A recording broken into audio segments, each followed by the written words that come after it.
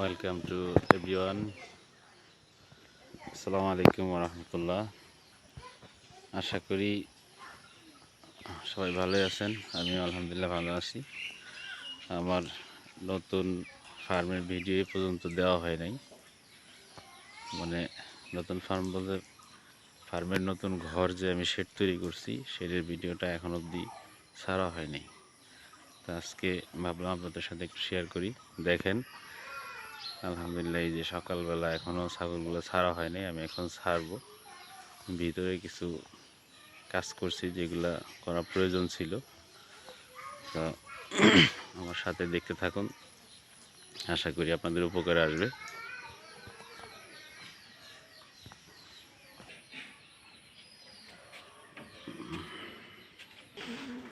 মাশাআল্লাহ, দেখতে পাচ্ছেন আমার উপস্থিতি পেয়ে সবগুলা ঘুম থেকে উঠে গেছে, শুয়েছিল এতক্ষণ। এই যে আমার মিস্টার রোমিও, এই সাইডগুলো ভেড়াগুলো আছে সবগুলাই। আজকে ভিডিওর মূল টপিক হচ্ছে ঘরের মধ্যে ঘর, অর্থাৎ শেডের মধ্যে শেড, চেম্বার। এই যে একটা চেম্বার দেখতে পাচ্ছেন, আর হচ্ছে আপনার এই পাশে দেখেন, এই পাশে আরেকটা চেম্বার।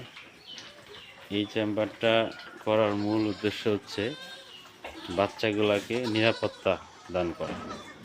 রাতে দেখা যায় যে একটা বাচ্চা আরেকটার সাথে এই দুধ খাইতে যায়, পরে গোতাগুতি করে। এইভাবে করে আমার ইতিপূর্বে 2-3টা অ্যাক্সিডেন্ট হয়েছে।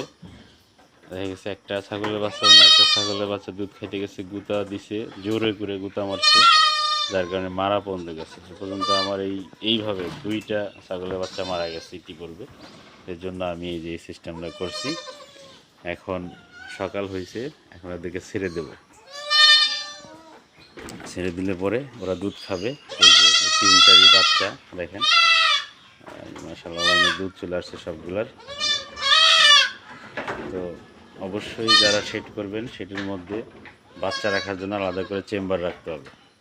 এবং আমার রোমিও তো শান্ত এবং খুবই ভদ্র, তো গুতাগুতি করে না, যার কারণে ওদের ভিতরে আটকে রাখতে হয় না।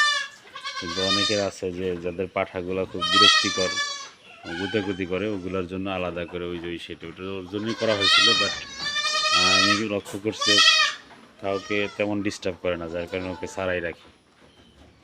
তো আজকের মধ্যে এখানে, অন্যদিন ইনশাল্লাহ এই শেড করতে কেমন কি খরচ হয়েছে, কত টাকা কিভাবে কি লাগছে, আশা করি বিস্তারিত আলোচনা করব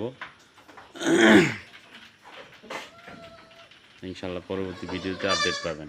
আজকের মতো এখানেই। আসসালামু আলাইকুম।